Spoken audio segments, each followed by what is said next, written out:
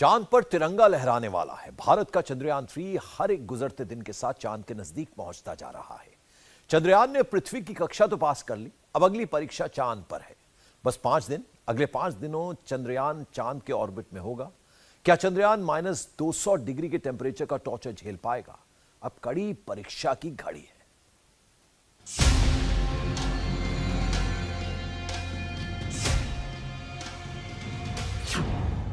भारत के मिशन चंद्रयान 3 की नई उड़ान।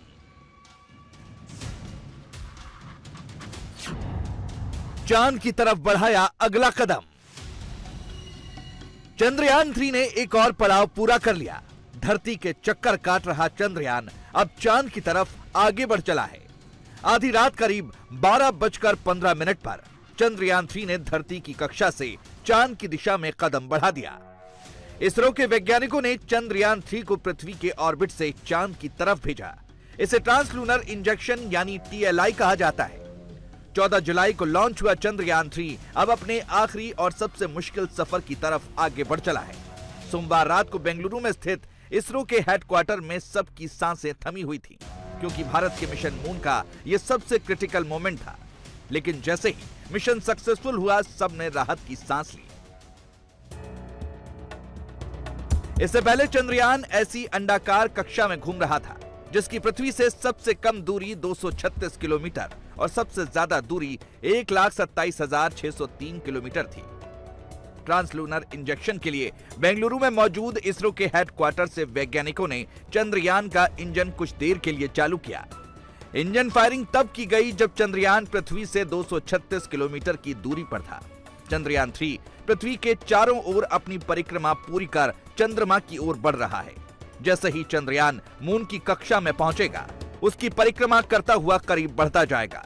इसरो ने बताया कि 5 अगस्त 2023 को अपना यान चांद की कक्षा में पहुंच सकता है। मून ऑर्बिट में दाखिल होने के बाद यह 13 दिन तक चंद्रमा के चक्कर लगाएगा। फिर यह 100 किलोमीटर ऊपर लैंडर प्रोपल्शन मॉड्यूल से अलग हो जाएगा। फिर 100 बाय 30 किलोमीटर की कक्षा में स्पीड कम करना शुरू कर देगा और 23 अगस्त को शाम 5:23 पर लैंडिंग होगी। फिर रोवर बाहर निकलेगा और 14 दिन तक वहां प्रयोग करेगा। प्रोपल्शन मॉड्यूल चंद्रमा की कक्षा में रहकर धरती से आने वाले रेडिएशंस का अध्ययन करेगा। इस मिशन के जरिए इसरो पता लगाएगा कि चांद की सतह पर कैसे भूकंप आते हैं। इसके अलावा यह चंद्रमा की मिट्टी का अध्ययन भी करेगा। लेकिन उससे पहले चंद्रयान 3 को सबसे पहले मुश्किल टेस्ट से गुजरना होगा।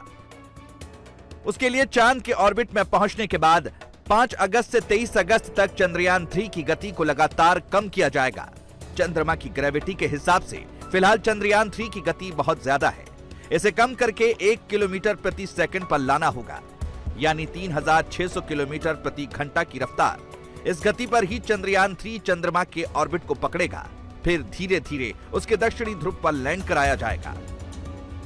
अगर सॉफ्ट लैंडिंग में सफलता मिली, यानी मिशन सक्सेसफुल रहा, तो अमेरिका, रूस और चीन के बाद भारत ऐसा करने वाला चौथा देश बन जाएगा। अमेरिका और रूस दोनों के चंद्रमा पर सफलतापूर्वक उतरने से पहले कई स्पेसक्राफ्ट क्रैश हुए थे। चीन 2013 में चांग-ई 3 मिशन के साथ अपने पहले प्रयास में सफल होने वाला एकमात्र देश है। वहीं इस मिशन के साथ ही इसरो के नाम पर बड़ी कामयाबी दर्ज हो जाएगी। जो काम अब तक नासा नहीं कर पाया, वो इसरो इस मिशन के पूरा होने के साथ कर लेगा। दरअसल चंद्रयान 3 चंद्रमा के साउथ पोल पर सॉफ्ट लैंडिंग करने वाला है। अगर हम ऐसा कर लेते हैं तो दुनिया के पहले देश बन जाएंगे।